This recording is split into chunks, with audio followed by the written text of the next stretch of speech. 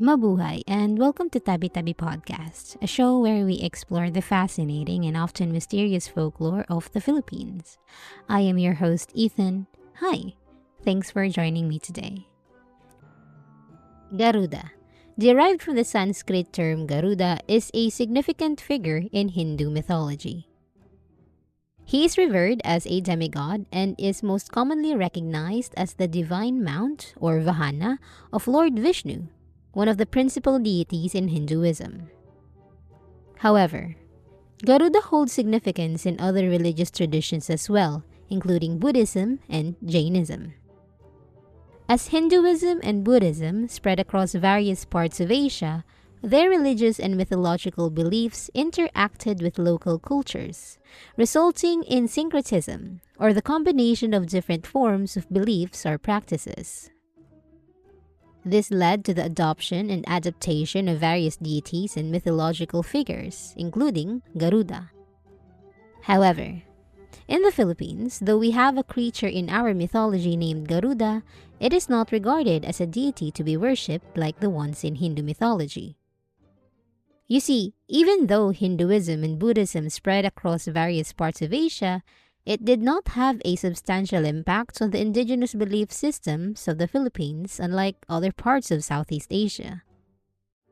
While there might have been some cultural interactions and trade between ancient Indian kingdoms and the Philippine archipelago, it did not result in the widespread adoption of Hindu or Buddhist mythologies. So while the Garuda is known as a demigod for Hindu and Buddhist beliefs, in the Philippines, it has a different significance. The Philippine version of the Garuda holds an influential place in the folklore of the Maranao people. Before we proceed, I want to tell you about the Maranao people. Maranao is an ethnic group native to the region around Lanao Lake on the island of Mindanao, Philippines. The Maranao people, also known as Meranao or Maranao, are predominantly Muslim and are renowned for their artistic skills, including weaving, woodwork, plastic crafts, and metalwork. They are also known for their epic literature, the Darangin. The Maranao people are closely related to the Iranon and Maguindanao ethnic groups, collectively referred to as the Danao-speaking people.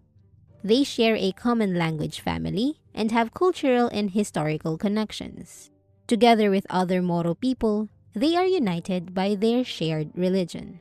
Now, going back to what I said earlier, in the Philippines, there is a local version of Garuda that features prominently in certain myths and folk beliefs.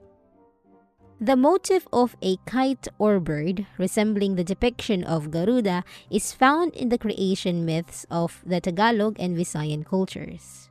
Additionally, ancient gold works dating from the 10th to 13th centuries in eastern Visayas and Agusan del Norte regions display images of Garuda. In Bicol, they are known as Katambang, but I can't find any info about the Katambang. Moving on, what does the Garuda look like in our folklore and what are its characteristics? Many of the varying descriptions of the Garuda can be found in the stories in Maranao mythology. For example, in the Maranao legend, the bird that stole the Sultan's beard, the Garuda was portrayed as a villain that dwells beneath the sea. According to the Maranao tale, three brothers embark on a quest to retrieve their father's stolen golden beard, which was being snatched by a small bird. The bird descends into the sea through a pit, and the youngest brother follows it using a long rope. In the underwater realm, the Garuda has imprisoned three princesses in mansions of increasing grandeur. One of the princesses, in the form of a tiny bird, had been venturing into the human realm to attract the attention of someone who could free them. The princess warns the youngest brother about the Garuda's terrifying power, describing its wings that sound like thunderstorms and its ability to carry 6 men in its talons. However, in the story, The Tale of Diwata, The Garuda reside in a cave situated on the peak of a mountain surrounded by an impenetrable jungle, completely different from the information in The Bird That Stole the Sultan's Beard story.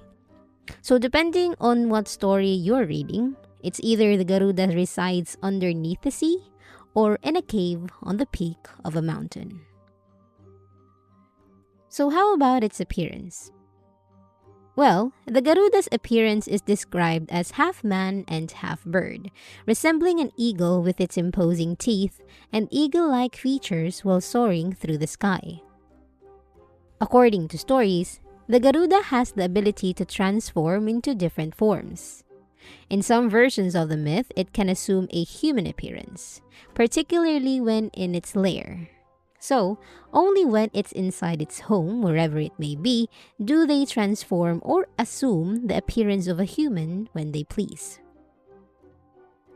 In other stories, the Garuda is portrayed as a formidable being, parts man and part bird, possessing immense strength and the ability to take flight. It has sharp talons and strong limbs, allowing it to seize and carry heavy loads, including up to 6 men at a time. It is also capable of uprooting trees and destroying houses with a single sweep of its powerful wings. According to some accounts, they swoop down and seize humans, but upon touching fresh water, they undergo a transformation into alluring men with muscular physiques. Other stories also state that the Garuda possesses majestic wings that enable it to soar through the skies with incredible speed and agility. Its flight is often described as thunderous, with the sound of its wings resembling multiple thunderstorms as mentioned in The Bird That Stole the Sultan's Beard. Several more legends shed further light on the Garuda's nature and encounters. In the story Ang Dakilang Tataro, the Garuda kidnaps the Tataro, or a caterpillar-like creature. In this story, in order for the Tataro or the caterpillar-like creature to be released from the Garuda's captivity, it sang a melodious song that captivates the Garuda and eventually set it free. In the epic tale of Bidazari, inspired by Malay romance, the kingdom of Kembayat faces turmoil caused by a Garuda. These fearsome creatures disrupt the harmony, destroying crops and instilling fear in the hearts of the citizens. And in this story, the Garuda is portrayed yet again as a villain. Throughout the Philippines, the Garuda captures the imagination with its hybrid form, possessing the strength of a muscular man combined with the fierce visage of an eagle. With hands adorned with sharp talons and arms that can transform into wings, this mythical creature embodies both awe and terror.